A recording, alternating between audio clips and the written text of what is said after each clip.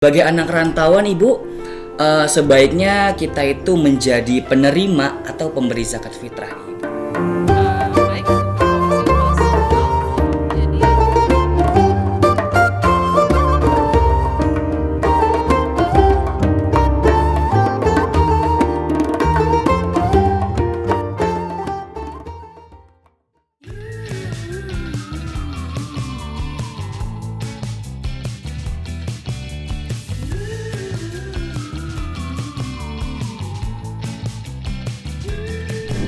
mungkin jadi penerima. Tergantung sih kayaknya kalau mampu ke pemberi. Kalau menurut saya itu jadi penerima ya.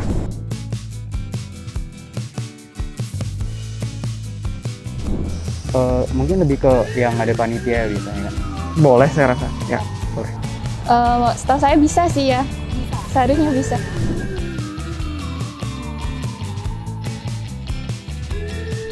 Boleh, Boleh. boleh, Boleh. boleh, boleh.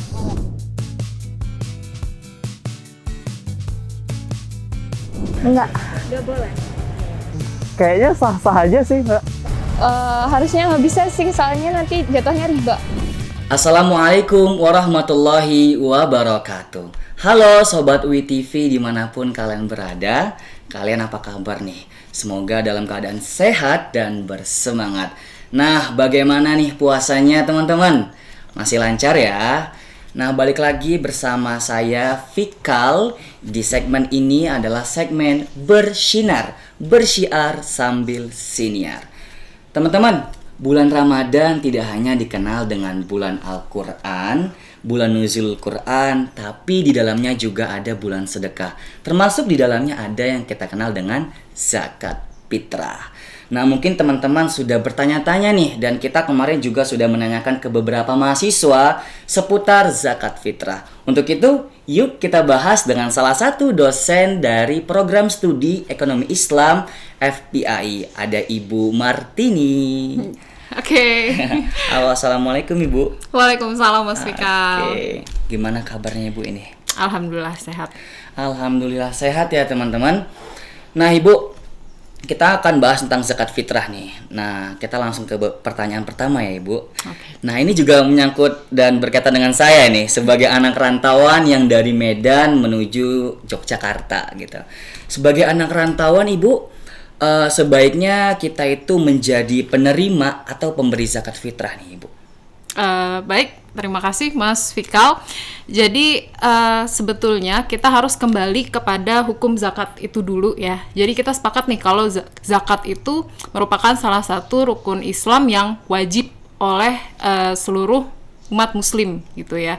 Nah, seperti halnya ibadah-ibadah lain pasti ada ketentuan-ketentuannya ya, baik itu rukun maupun syarat gitu. Nah, untuk zakat itu sendiri kita harus ngelihat dari jenisnya untuk mengetahui ketentuannya. Jadi zakat itu nggak cuma zakat fitrah ataupun zakat jiwa ya, tapi juga ada zakat mal, yaitu zakat atas harta. Nah, ketentuannya itu beda Mas Fikal. Jadi kalau zakat fitrah itu bagi seluruh jiwa ya, baik itu masih kecil sampai yang udah tua sampai meninggal, jika dia di bulan Ramadan maka dia harus membayarkan zakat fitrah. It means semua mahasiswa yang muslim ya, tanpa terkecuali itu wajib menunaikan zakat fitrah ataupun zakat jiwa. Nah, yang kedua itu zakat mal ya.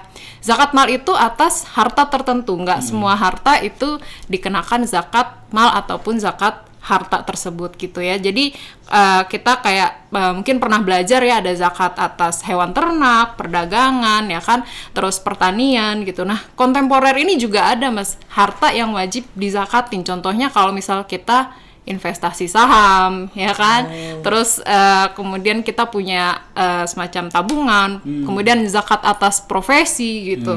Nah, teman-teman yang mahasiswa gimana nih Bu? Teman-teman mahasiswa juga kalau misalnya punya tabungan misalnya ratusan juta gitu kan. Nah, siapa tahu itu juga wajib mengeluarkan zakat harta di samping zakat malnya. Siapa tahu loh, mahasiswa kita ada yang afiliator binomo ya kan. Ratusan M di rekeningnya, itu juga wajib mengeluarkan sebesar 2,5% gitu. Jadi tergantung dari jenis zakatnya, tapi basically semua mahasiswa yang muslim itu wajib atas zakat fitrah gitu. Oke, jadi hukumnya wajib dan juga untuk per individu tadi ya Bu, Iya, per betul. jiwa gitu. Jadi kalau dibilang penerima juga ya tergantung dia layak menerima atau tidak gitu ya Ibu. Betul. Jadi kalau untuk penerima itu sendiri kan tadi ya zakat itu dia tidak seperti filantropi lain Mas Fikal. Jadi kalau yang lain kan kayak sedekah kita bebas aja tuh mau ngasih ke siapa aja. Tapi kalau zakat itu ada ketentuan khususnya sebagaimana dalam surat At-Taubah ya kan dijelaskan di situ bahwa hanya ada 8 asnaf atau 8 golongan. Nah itu kan fakir, miskin, amil, kemudian ada mu'alaf, kemudian ada budak, kemudian orang fisabilillah, orang yang berhutang dan fisabilillah. Itu adalah golongan-golongan orang yang wajib orang yang dapat menerima zakat atau kita sebut mustahik gitu. Nah, mahasiswa ini termasuk nggak nih mustahik kira-kira ya kan? Mentang-mentang kita di rantau nih, tapi kalau kita di rantau kaya raya tadi punya tabungan ratusan juta misalnya ya berarti kita tidak berhak menerima zakat gitu ya. Nah, menurut Munzerkaf juga kita itu bisa atau sebagai mahasiswa itu bisa menerima zakat dengan ketentuan dia miskin gitu. Oke. Mungkin kalau takjil dari UI boleh untuk Boleh, siapa aja ya, Bu. siapa aja, Tapi kalau jadi zakat terbatas hanya terbatas. 8 golongan tadi Oke, gitu. menarik. Nah, Ibu kita lanjut ke pertanyaan selanjutnya ini. Kan kadang nih banyak banget yang effortless gitu ya, yang nggak mau capek-capek harus datang ke masjid. Betul. Kira-kira boleh nggak Bu kita langsung memberikan zakat ke tetangga kita gitu Bu? Oke.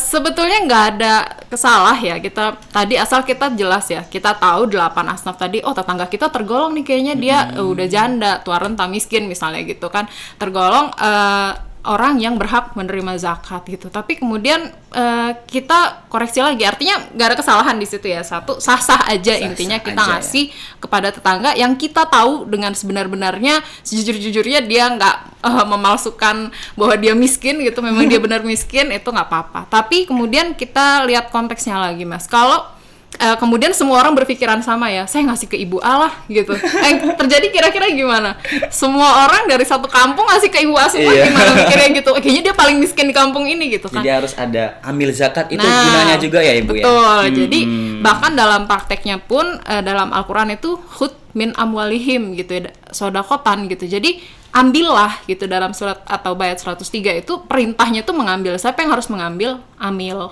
Begitu juga prakteknya masa Rasulullah Mas. Nggak pernah Rasulullah itu muzaki itu memberikan langsung tapi Rasulullah itu membentuk lembaga ambil zakat gitu untuk mengambil dari para muzaki gitu supaya apa distribusinya biar merata gitu Wah, kan ini sering nih Iya. kalau nggak ada amil zakatnya nih waduh Betul. masa nanti satu rumah zakatnya ke dia semua ya, iya Bu, padahal ya? pasti ada yang butuh kan Iya, di bener, yang bener, lain bener. gitu. Oke, lanjut ke pertanyaan selanjutnya Ibu. Tadi kan ada zakat mal, ada zakat peternakan dan lain sebagainya. Kira-kira kalau kita bayar zakat pakai zakat uang aja boleh nggak Bu? Oke, ketentuannya kalau untuk zakat fitrah ya itu tadi kita harus bayar dalam bentuk bahan makanan pokok. Itu adalah yang disepakati para ulama ya. Kecuali mazhab Hanafi. Jadi 4 ulama yaitu ulama Syafi'i, Maliki, Hanbali itu sepakat bahwa harus mengeluarkan dalam bentuk bahan makanan pokok itu ya. Sebagaimana hadis Rasulullah dan juga praktek pada masa Rasulullah. Nah, kemudian dengan perkembangannya gitu ya dalam buku Fikih Zakat yang ditulis oleh Yusuf Al-Qardawi itu kemudian menjelaskan boleh kok kita ganti dengan uang gitu dan itu juga yang sudah dipraktekkan ya oleh Basnas Badan Amil Zakat Nasional bahwa kita diperbolehkan untuk berzakat melalui dengan menggunakan uang yang itu dihitung berdasarkan tadi ya 2,5 kilogram bahan makanan pokok atau 3,5 liter seperti itu. Jadi itu boleh aja. Mungkin untuk memudahkan juga ya Ibu biar nggak ngitung-ngitungnya Iya gitu. betul, tapi tetap lebih utamanya itu adalah kita pakai bahan makanan pokok dan kadarnya juga harus diperhatikan Mas Fikal. Mentang-mentang nih kita orang berada gitu ya harusnya kalau kita konversi ke rupiah gitu cuma 50.000. Iya benar. Tapi kalau kita rich gitu kan Waduh. jadi 100.000 kita kasih jangan juga gitu. Jadi setiap atas jiwa itu kadarnya ya karena zakat itu dia ketentuannya udah mutlak seperti itu ya udah kalau memang kita ada lebihan itu sisanya zakat sedekah gitu ya ataupun infak.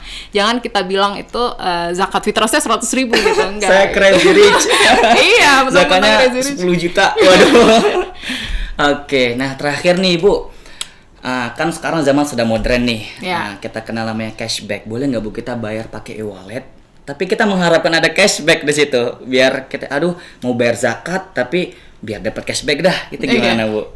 Oke, yang pertama ya sebetulnya ada cashback itu juga fenomena baru sih. Jadi kayak sebetulnya untuk mengedukasi ya supaya orang-orang tuh jadi sadar bayar zakat lah gitu. Tapi kemudian kita kembali nih karena ibadah itu sakral gitu hubungan kita dengan Allah Subhanahu wa taala. Kita kembali ke niat aja Mas gitu. Iya, Jadi niat kita itu harus lillahi taala. Jangan sampai kemudian kita campur adukan niat untuk pengen dapat cashback. Oke lah itu mungkin bonus ya. Tapi kalau kita udah niat lillahi taala dan semua ibadah kita diniatkan untuk mencapai ridho dan rahmat Allah Subhanahu wa taala, maka Allah janji tuh dalam surat At-Tolak itu dijanjikan bahwa Allah akan memberikan rizki dari tempat yang tidak disangka-sangka, dari jalan yang tidak disangka-sangka. Alangkah kecilnya gitu Allah untuk melipat gandakan cashback yang kita harapkan gitu kan. Jadi kembalikan ke niat kita, jangan sampai niat kita yang lillahi ta'ala itu dicampuri dengan niat mendapatkan cashback yang gak seberapa di mata Allah gitu kan. Jadi itu sih sebenarnya nggak ada masalah, yang penting niat kita kembali lagi itu adalah lillahi ta'ala gitu Mas. Ya Allah, jadi balasan Allah itu bukan yang sebatas cashback ya teman-teman. Maksudnya kita perkara dapat cashback kita tidak melihat begitu besarnya pahala ajrun Allah yang diberikan kepada kita. Oke, baik Ibu Martini atas jawaban-jawabannya. Semoga mencerahkan teman-teman mahasiswa dan juga para penonton UI TV dimanapun kalian berada. Jangan lupa bayar zakat fitrah ya, karena hukumnya wajib. Mungkin sampai sini dulu bersinar kali ini, dan sampai jumpa di bersinar selanjutnya. Saya host mohon pamit dan juga mewakili Ibu Martini. Terima kasih banyak Ibu. Ya, sama-sama. Wassalamualaikum warahmatullahi wabarakatuh.